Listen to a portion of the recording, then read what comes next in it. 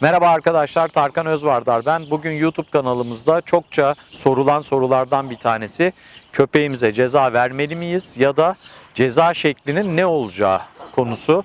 Bu konuyu işlemek istiyorum. Şimdi ilk başta şunu düşünmek gerekiyor. Ceza kavramı bütün canlılar için negatifi içeren bir kavramdır. Bu bilinen bir şey. Yani canlı için istenmeyen veyahut da beklenmeyen davranış ya da hoşlanılmayan davranış olarak karşımıza çıkan bir şey. Ama hayvan sahiplerinin, özellikle köpek sahiplerinin kafasında sürekli köpeğinin hata yaptığı zaman nasıl cezalandırılması gerekli olduğu konusunda büyük bir soru işareti var.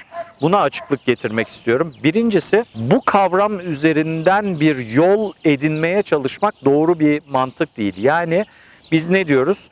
Köpek bir hata yaptığı zaman bu hatasını ona algılatmak hedefli olarak nasıl bir ceza vermeliyiz? Hep bir ceza olması gerekli olduğu ve ceza üzerinden köpeğin olguyu kavraması gerekli olduğu ya da yanlışı algılaması gerekli olduğu üzerinden bir hazırlık var. Bir onun üzerinden gitme çabası var hayvan sahiplerinin. Burada düşünülmesi gereken oysaki şu: eğer ceza hatayı algılatmak hedefli olarak yapılıyorsa bizim yapmamız gereken şey köpeğin hata yapmasını engellemek. Bunu örneklerle anlatmak istiyorum. Yani cezaya endeksli olmayacaksınız. Ceza verme hedefli olmayacaksınız. Ya da kısa yollarla köpeğe bir şey anlatmaya çalışmayacaksınız. Hep sorulur işte tuvalet alışkanlığı, tuvalet yönlendirmesi konusunda. Halıya yaparsa nasıl bir ceza uygulamalıyım diye.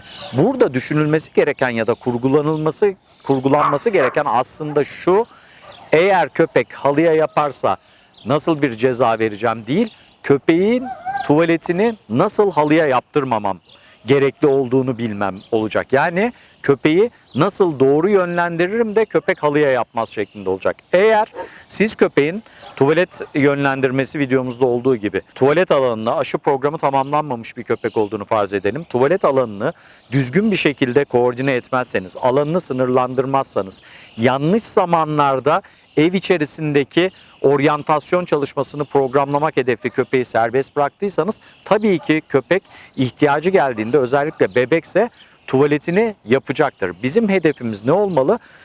Köpeğin bu kafesinin veyahut da sınırlandırılmış alanın dışına çıktığında tuvaletinin olmamış olması. Eğer düzgün bir tuvalet yönlendirmesindeki gibi bir organizasyon yaparsak köpek zaten istediğiniz sınırlı alan içerisinde istediğiniz yere tuvalet konusunda yönlenecektir. Çişini yaptı, kakasını yaptı, hop çıkartırsınız. Bir yarım saat 45 dakika ev içerisinde oryantasyon turu atar. Köpekle ilişki içerisinde mental tetiklemeler yapıp oyun oynayabilirsiniz. Ama siz yemeğini yedikten sonra sınırlı alandan çıkartırsanız köpeği veyahut da uykudan uyandıktan sonra sınırlı alandan çıkartıp bunu yaparsanız tabii ki köpek tuvalet ihtiyacı içerisine girecektir. Doğal olarak da istemediğiniz yerlere tuvalet alışkanlığını şekillendirecektir. Burada yine antiparantez şunu belirtmek istiyorum. Bazen hayvan sahipleri şu tip bir yanlışlığa da düşebiliyor. Bizim istemediğimiz ya da şekillenmesinden hoşlanmadığımız davranışların tümü köpekler için davranış problemi değildir. Yani bir köpeği gezdirmiyorsanız, düzenli olarak egzersiz etmiyorsanız, sonra da işte köpek evde objeleri kemiriyor, aşırı derecede havlıyor, uluyor gibi şikayetlerde bulunuyorsanız bu köpeğinizde bir davranış problemi olduğunun göstergesi olmaktan çok sizin köpeğinizi optimalde egzersiz edemediğiniz ve interaktif diyaloğunuzda bir sıkıntı olduğunun göstergesidir. Dolayısıyla özellikle bu ceza kavramı genellikle hayvan sahibinin kendi istemediği davranışlar şekillendiğinde oluşturmaya çalıştığı bir şey. Bir kere şunu düşüneceğiz: cezayı gerektiren hatayı köpeğe yaptırtmamak. Hedefimizin bu olması gerekiyor. Ceza kurgusu kafamızın bir kenarında mutlaka timingi doğru bir şekilde köpeğin cezalandırılması şeklinde olmamalı. Örneğin köpek tuvaletini yaptığında yanlış bir yere ya da daha doğrusu sizin istemediğiniz bir yere tuvaletini yaptığı zaman götürüp burnunu sürtmek, bu ne, ne yaptın sen gibi köpeğin anlayamayacağı, sesinizin ve sinir algınızın yükseldiğini köpeğinize belli edecek fiziksel aktivitelerle köpeğe bir şeyler anlatmaya çalışmanızdan ötürü köpek tabii ki ciddi bir strese girecektir. Özellikle de bu tip olgularda akut stres şekillenecektir ve köpek ne yapacağını şaşıracaktır. Bu tip ampirik yöntemler, burnunu sürtmek, gazete kağıdını büküp yere vurmak, köpeğin poposuna vurmak falan gibi son derece yanlış, ampirik, kulaktan dolma bilgilerle kesinlikle hareket etmemeniz gerekiyor. Ceza dediğiniz şey böyle değil. Eğer siz kurguyu doğru yapsaydınız, köpeği doğru zamanda çıkarsaydınız zaten bu şekillenmeyecekti ve hedefimiz bunun şekillenmemesi üzerine kurgulu. Özellikle de köpek tuvaletini yaptıktan sonra fark edilmesi ve fark edilmesine bağlı olarak köpeğe sesin yükselmesi, fiziksel olarak bu durumdan hoşlanmadığınızı sinirli bir vücut diliyle anlattığınız zaman hayvan sahibinin suçunu biliyor, bak anladı oraya tuvalet yaptığını gibi algılar içerisine girmesi tamamen yanılsamadır.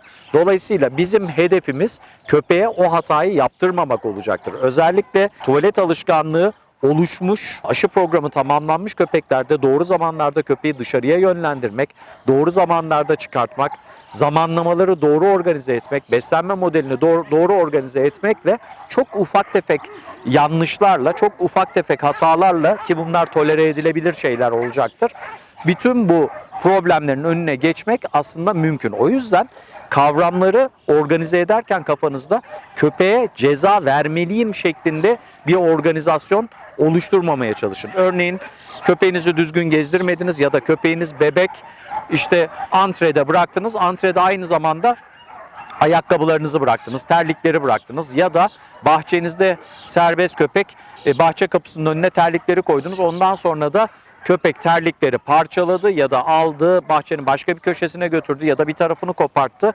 Hemen sinirlenip işte bizim köpek ayakkabıları çok parçalıyor, buna nasıl bir ceza vermeliyim diye bir soru beliriyor kafasında. Aslında olması gereken şey, eğer köpekte senin istemediğin bir davranış şekilleniyorsa, bu davranışı ne tetikliyorsa o faktörleri ortadan kaldırmak ve önlem alarak köpeğe bu istemediğin davranışı yaptırmamak hedefli olmanız gerekiyor. Yani siz orada ayakkabıları ve terlikleri kaldırsaydınız hiçbir ayakkabı ve terlik parçalanmayacaktı. Önlem almak olarak düşünün. Tıpkı şunun gibi, bir eve bir yeni birey geleceği zaman, bir çocuğunuz doğduğunda, emekleme süreci başladığında biliyorsunuz ki bu bir bebek. Dolayısıyla sizin gibi algıları olan bir canlı değil. Ne yapabilir? İnsan yavrusundan bahsediyorum. Bozuk parayı alıp ağzına atıp yutabilir. Leblebiyi burnuna kaçırabilir. Elektrik prizine gidip parmaklarını sokabilir. Veyahut da elektrik prizine eline bir tel alıp o deliğe sokmaya çalışabilir. Çünkü o bir çocuktur, bebektir ve algıları bizim gibi gelişmemiştir. Öğretiler tam olarak yüklü değildir dimağında ve dolayısıyla da hata yapmaya açıktır ya da kendine zarar verebilir bu tip yanlışlarla. Biz de ne yaparız? Çocuk doğduğunda prize bir tel sokup çarpılmasını beklemeyiz. Priz gardları sokarız. Yani priz gardları koyarız ki prize ulaşamasın çocuk diye. Sehpalarımızın, masalarımızın sivri, onun koşarken, emeklerken kafasını çarpabileceği şeyleri ortadan kaldırırız ya da onları yumuşatarak önlemler alırız. İşte köpek yetiştirmede de köpek açısından tehlikeli olabilecek ya da köpeğin yanlışa sürükleyecek, hataya sürükleyecek ya da bizim istemediğimiz şeylere sürükleyecek pozisyona gelmesini engelleriz. Ayakkabıları kaldırırız, terlikleri kaldırırız, çorapları kaldırırız. Örneğin küçük soket pamuklu çoraplar, özellikle ince bayan çorabı çok tehlikeli olabilir. Yutulduğu takdirde işte hayvan sahibi bunu sorar. Ya çorapları yiyor, niye yiyor bu çorapları? Niye yiyor bu çorapları? Bir kere köpeğiniz bebek. Bebek olduğu için aynı insan yavrusu gibi. Niye bozuk para yutuyor bir çocuk? Çünkü çocuk bebek. Dolayısıyla köpek de bunu yapabilir. Yetişkinken de yapabilir. Neden? Çorap, iç çamaşır gibi insan kokusunun ya da sahip kokusunun yoğun sindiği şeyler köpekler için çekici pozisyondadır. Dolayısıyla özellikle bunları çiğneme, parçalama ve yutmaya karşı olan yatkınlıkları çok daha yüksektir. Buna bağlı olarak da eğer ortada yakalarsa köpek, toplayıcı bir canlı olduğu için bunlarla oynarken yutabilir. Ve yabancı cisim tıkanmaları, hatta zamanında müdahale edilmezse ölümlere kadar gidebilen olgularla karşılaşmak olasılık dahilindedir. Dolayısıyla bunların önlemini sizin almanız gerekiyor. Hem hayvanın zarar görmemesi hedefli olarak hem de sizin mutsuz olmamanız. İşte en sevdiğiniz ayakkabınızın parçalanması, en sevdiğiniz koltuğunuzun parçalanması gibi. Biz işte yavruluk döneminde köpeklerin alanlarının sınırlandırılması ve dünyasının yavaş yavaş büyütülmesi gerekli olduğunu bu yüzden söylüyoruz. Sınırlı bir alan içerisinde kontrollü bir ortamda olursa köpek hem hata yapmıyor, hem kendine zarar vermiyor, hem siz sevdiğiniz bir objenin parçalanmasından dolayı mutsuz olmuyorsunuz, köpeğinize karşı soğumuyorsunuz. Yavaş yavaş alanını genişletmek, objelerle, yeni objelerle karşılaştırmada köpeği mental olarak rahat olduğu süreçler içerisinde kurgular, organizasyonlar yapmak çok daha doğru bir mantık olacaktır. Köpek bir davranış konusunda tetiklenmezse davranışı da şekillendirmeyecektir. Yani hata da yapmayacaktır. O yüzden düşünülmesi gereken şey tabii ki tüm doğadaki canlılar için geçerli. Hayatın içerisinde negatifler de var, pozitifler de var. Negatif olmadan pozitifi, pozitif olmadan negatifi algılamak mümkün değil. Ama köpeği negatife maruz bırakmak hataya sürüklemekle bağlantılıysa burada yanlış bir olgu yatıyor demektir. Bu en çok tuvalet yönlendirilmesinde yapılan bir şey. Köpeğin uygunsuz ya da istenmeyen yerlere tuvaletini yaptığı zaman cezalandırılmaya çalışılması, obje kemirmede çok yapılan bir şey ya da mesela şunun gibi davranışlar. Özellikle köpeğin kafasını çok karıştıracak. Hayvan sahibi üstüne atlanılmasından hoşlanmıyor. Ama ne yapıyor? Mesela eşofmanı üstündeyken ya da uygun bir kıyafet varken köpek üstüne atladığında onunla oynuyor, seviyor, sarılıyor. Ama üstünde kirlenmesini istemediği bir kıyafet varken köpek sıçramaya çalıştığında köpeği bağırarak ya da ittirerek ya da hafif dürterek uyarmaya çalışıyor. İşte böyle bir durum yaptığınızda köpeğin kafasını karıştırmış oluyorsunuz. Köpek diyor ki bir gün önce üstüne atladığımda bana dokunuyordu, seviyordu, merhabalaşıyordu ama bugün bir anda negatifle karşı karşıya kalmak. İşte bu tip hatalara köpeği sürükleyen genellikle hayvan sahibinin ihmalleri ya da atipik davranışlarıdır. Biz köpekleri nasıl cezalandıracağımızdan öte ki bu cezalandırma kavramını bir kenara mutlaka ittirmeniz gerekiyor. Biz köpeğe hata nasıl yaptırtmayız? Ki hata olarak kabul ettiğimiz şeyler bizim işimize gelmeyen şeyler genellikle. Bu hataya sürüklememek hedefli ne yapmalıyız?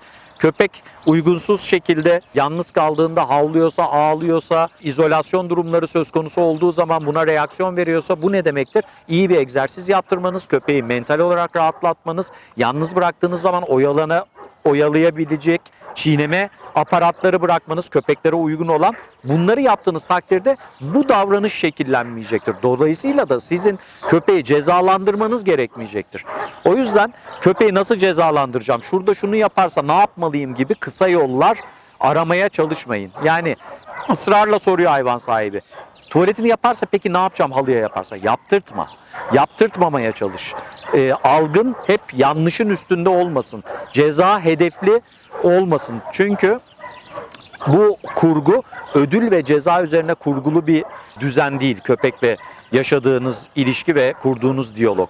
Bizim hedefimiz köpek bizim yaşantımıza entegre olmaya çalışan bir canlı ve çok kolay bir şey değil çünkü kendi alışkanlıklarının ya da içgüdüsüne, dürtülerine paralel davranışların çok dışında bir yaşantı modeli. Dolayısıyla biz köpeğe doğru kılavuzluk yaparsak buna adaptasyon geliştirebiliyor. Tabii ki bebek olduğunu, çocuk olduğunu, belli şeylerin oturana kadar köpeğin de sizin canınızı sıkacak bir takım şeyler yapabileceğini düşüneceksiniz ve buna karşı toleranslı olacaksınız. Ama kafanızda köpeği cezalandırmaya yönelik algıları kurgulamamanızı tavsiye ediyorum.